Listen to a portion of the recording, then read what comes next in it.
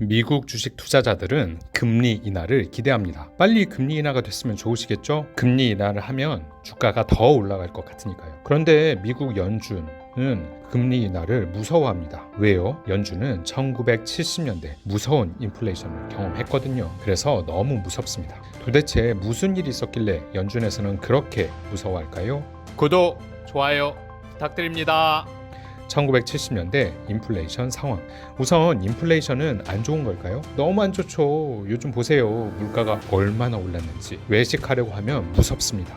그런데 1970년대는 상상을 초월했습니다. 한번 보시죠. 1970년대 초반만 해도 미국 휘발유가 갤런당 약 36센트였습니다. 그게 1979년에는 약 1달러가 됩니다. 휘발유 가격이 3배나 뛴 겁니다. 최근 우리나라 휘발유가 1,600원에서 한 1,800원 사이인데 3배인 5,000원이 넘는다고 생각해보세요. 어떨까요? 생각만 해도 끔찍합니다. 리터당 5,000원이라니. 기름을 이것뿐만이 아니었습니다. 식료품 가격도 너무 빨리 올라서 가격 표시 라벨이 여러 개 겹쳐 붙어 있었습니다. 기존 라벨을 떼고 다시 붙이면 시간이 많이 걸리니까 새 라벨을 그냥 위에 붙였을 정도였습니다. 주택담보대출의 금리가 얼마였는지 아십니까? 20%였습니다. 이자가 20%였다고요. 말이 되나요? 그래서 집을 사는 사람들이 엄청나게 적었습니다. 어떤가요? 정말 그게 가능할까 싶으신가요? 실제로 우리가 너무 잘 아는 터키가 현재 그러고 있습니다. 사실 더 심하죠. 아르헨티나 등 남미 국가들도 현재 인플레이션이 너무 심합니다. 그런 데서 살 수 있으시겠어요? 그게 미국의 1970년대였습니다. 고인플레이션의 시대 1970년대. 두 번째, 인플레이션의 원인. 그럼 왜 그렇게 인플레이션이 심했을까요? 거기는 총 4가지 이유가 있습니다. 첫 번째 이유는 약달러의 시대였습니다. 약달러? 약달러? 이 단어 좀 어색하지 않으신가요? 최근에 달러가 약했었던 적이 없어서 그러실 겁니다. 강달러, 심지어 킹달러라는 말만 듣다가 약달러라니. 그 당시엔 그랬습니다. 왜 약달러가 됐을까요? 바로 베트남 전쟁 때문입니다.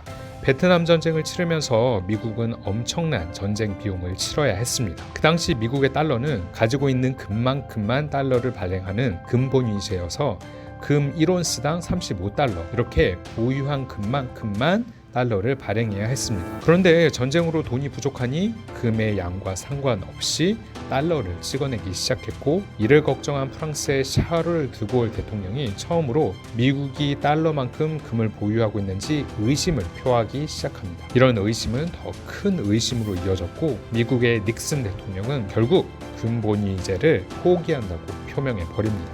이를 닉슨 쇼크라고 합니다. 지금이야 상상할 수 없지만 당시에는 화폐에 대한 신뢰도가 낮아서 금을 담보로 한 화폐를 발행했습니다. 달러를 가지고 하면 금을 받을 수 있다라는 것으로 달러의 신뢰도를 유지하고 있었죠. 그런데 갑자기 미국이 금을 더 이상 주지 않겠다 한 겁니다. 그러니 달러에 대한 신뢰도가 어떻게 됐을까요? 추락을 했죠. 정말 추락을 했습니다.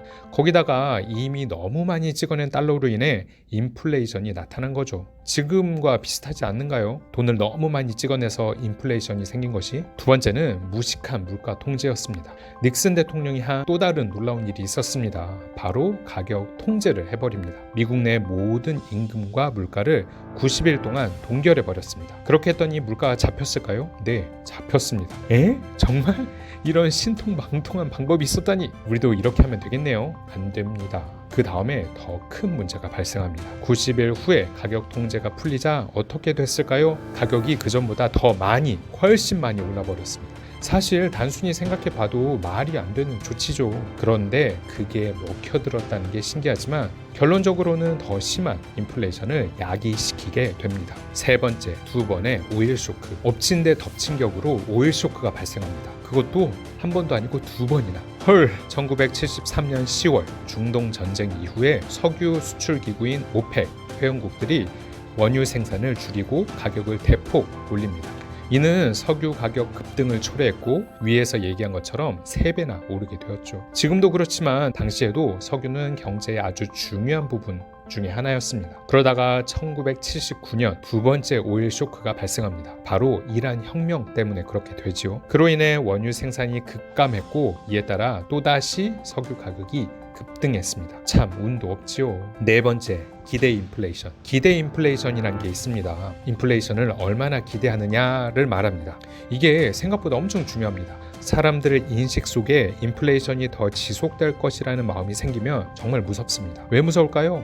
바로 임금 상승은 물가 상승의 악순환이 이어지기 때문입니다. 한번 생각해 보시길 바랍니다. 앞으로 물가가 더 오를 거라고 합니다. 그러면 우리는 어떤 마음이 들까요? 돈을 더 벌어야겠다. 임금 인상을 더 해달라고 해야겠다. 임금을 더 주는 직장으로 옮겨야겠다 하고 생각하게 됩니다. 이런 생각과 행동이 자연스럽게 임금 상승으로 연결되고, 임금이 상승하면 소비를 더 하든 오른 가격으로 물건을 사든지 해서 상품 가격 상승으로 연결되는 악순환이 나타나게 됩니다. 이런 악순환이 인플레이션을 가속화하게 됩니다. 실제로 당시 미국인들의 마음속에 10%의 인플레이션은 당연하다고 생각했다고 합니다. 세 번째, 그때 미국은 어떻게 했을까요? 그럼 이런 인플레이션을 어떻게 대응했을까요? 이것도 아주 유명하지요. 미국 연준의 의장은 그 당시에 그 유명한 폴 볼커였습니다. 1979년 10월 금리를 단번에 4% 올려버립니다. 11.5에서 15.5%까지 올려버립니다. 이로 인해 은행 대출 금리가 연 18%까지 올라가 버렸습니다. 그런데 이렇게 해서 물가가 잡혔을까요? 아니요.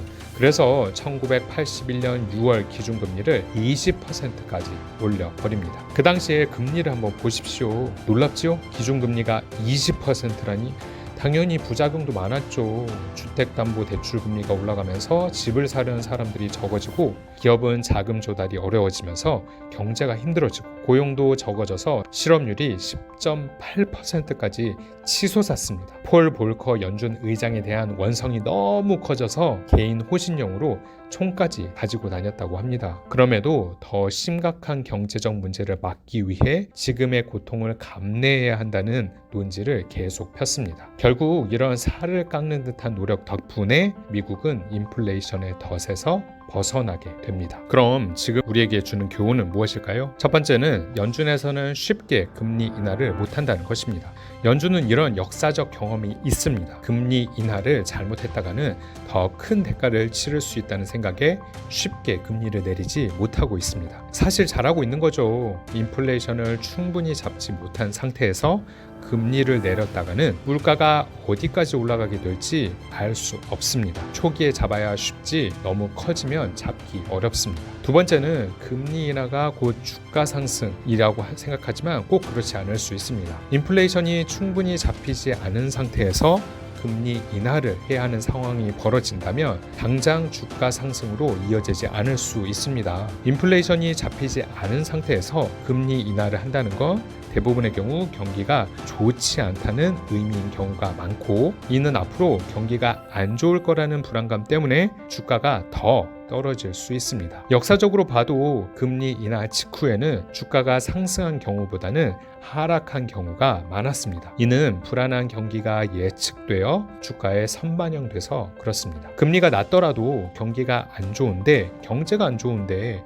주가가 올라갈 수는 없는 노릇이잖아요. 그럼에도 중장기적으로 보면 금리 인하는 주가 상승에 더 많은 힘을 실어줬습니다. 결국 금리 인하로 인해 시중에 돈이 돌게 되고, 이는 경기에 순풍을 부는 효과를 나타내게 됩니다. 회사들이 어려워도 돈이 돌면, 돈 조달이 쉬워지면 상품을 할인하든 원가를 줄이든 어떻게든 회생 방안을 찾을 수 있을 테니까 말이죠. 세 번째는 금리 인하보다는 돈을 풀고 있는 미국 정부와 바이든의 야욕에 기대를 걸어라. 그래서 지금 당장 금리 인하를 보는 것도 중요하지만 그것보다는 돈을 열심히 풀고 있는 미국 정부와 바이든의 재선 야욕을 보시길 바랍니다. 그곳에 답이 좀 있습니다. 이는 정상적인 상황은 아니지만 우리는 이런 상황도 활용해야 하니까요. 금리 인하, 아니 유동성장일 수밖에 없는 이유에 대해서는 아래 글을 참고하시길 바랍니다.